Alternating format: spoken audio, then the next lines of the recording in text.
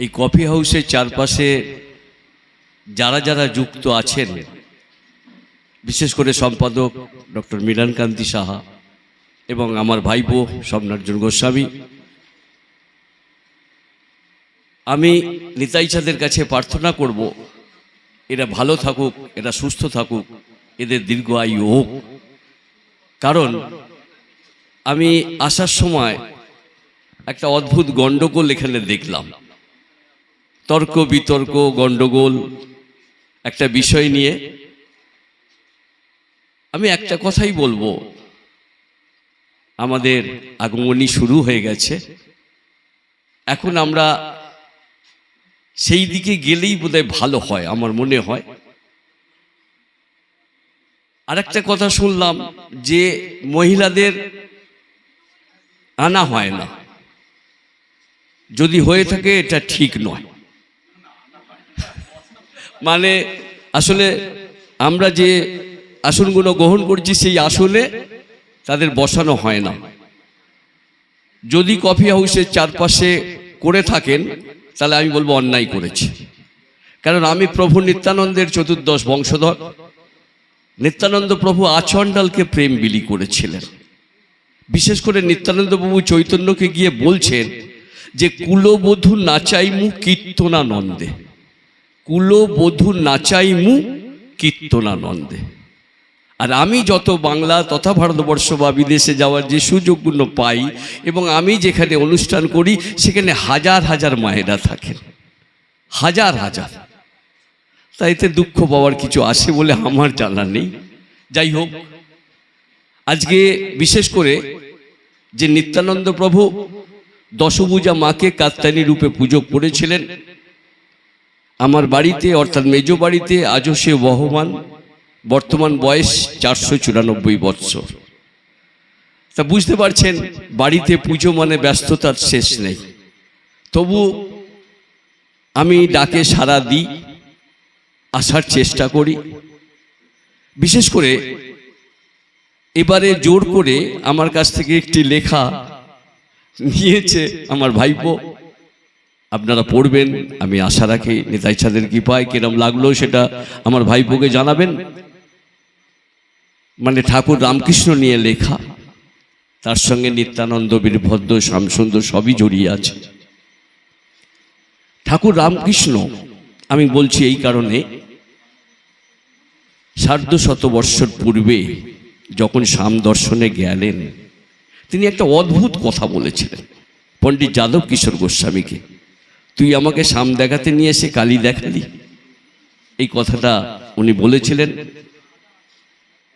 আর আমরা সেই শ্যামসুন্দরকে, আপনারা জানেন না যে আমরা শ্যামসুন্দরকে গৌর স্বরূপ দেখি, কারণ নিত্যানন্দ গৌর ছাড়া কিছু জানতেন না।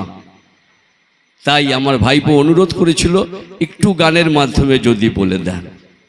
আমি ছোট্ট করে আপনাদের জানিয়ে দিই। বৃন্দাবনের কাঙাল তুমি, নবদ্বীপের গৌর হরি, খড়দায়ের শ্যাম সুন্দর দেখবি যদি আয়।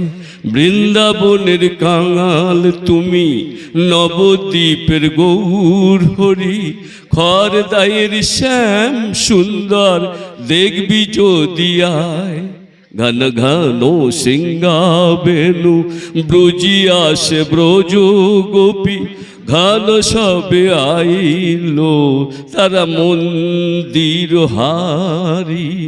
দীপ পদে বধূ আরো মন্দির দুয়ারে দাঁড়ায়, তারা শ্যাম সুন্দর দেখবে বলে মন্দির দুয়ারে দাঁড়ায়।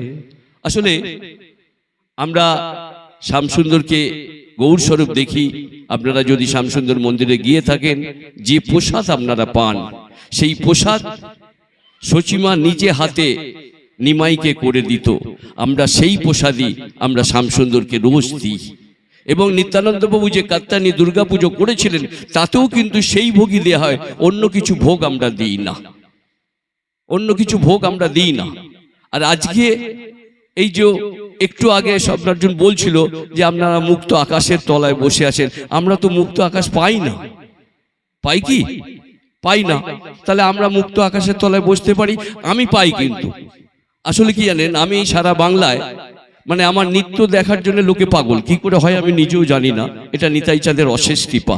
কারণ আমরা শুনেছি মহাপ্রভু দিনে 4 জায়গায় আসেন, রাঘব পণ্ডিতের ভবনে, সচিমায়ের রন্ধনে, শিবাসের অঙ্গনে আর নিত্যানন্দের নর্তনে।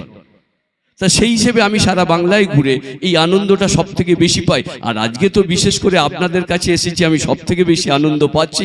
এবং আমার পাশে যারা বসে রয়েছেন, বিদগ্ধ জনেরা যারা বসে রয়েছেন, আপনারা যারা রয়েছেন, আমি এসে খুব আনন্দিত। তবে একটা কথা বলবো, স্বপ্নার্জন যে কথা বলেছে, এই সংস্থাকে চালাতে গেলে সবাইকে এগিয়ে আসতে হবে, সবাইকে এগিয়ে আসতে হবে, বিরোধ নয়। আমরা বিরোধ ভালোবাসি না, নিত্যানন্দ বিরোধ ভালোবাসেননি। আচণ্ডালকে প্রেম বিলি করেছেন, আমরা আচণ্ডালকে প্রেম বিলি করতে ভালোবাসি। তাই মান অভিমানকে বিক্রি করে অন্তত এই পথে আসলে আজকের যে পরিস্থিতি কিছুটা লাঘব হতে পারে, এটা আমার বিশ্বাস, এটা আমার বিশ্বাস। তাই আপনাদের আর একটা কথা বলি, স্বপ্নার্জন একটু আগে বলেছে, আমাদের যে কাত্যায়ন রূপ এক চালায় এবং আমাদের লক্ষ্মী সরস্বতী নেই, এখানে জয়া বিজয়া আছে। আজকে বর্তমান যে সিংহ ব্যবহার হয় আমাদের সেটা হয় না, দেহটা সিংহের মতন, মুখমণ্ডল ঘটকের। এবং আমাদের পুজোর মানে একটা ঐতিহাসিক জিনিস আছে যে নিত্যানন্দ বাবু যে সময় পুজো শুরু করেছিলেন, সব ভক্তরা তাকে এসে যে উপহার দিয়েছিলেন, কোনো এক বিধবা মহিলা তাকে একটি থান দান করেন, তিনি সেটাকে সরিয়ে দেননি। তিনি নবপত্রিকাকে সেই থান পরিয়ে সিঁদুরের রেখা টেনে দিয়েছিলেন। আজও সেই প্রথা আমাদের বাড়িতে চালু আছে।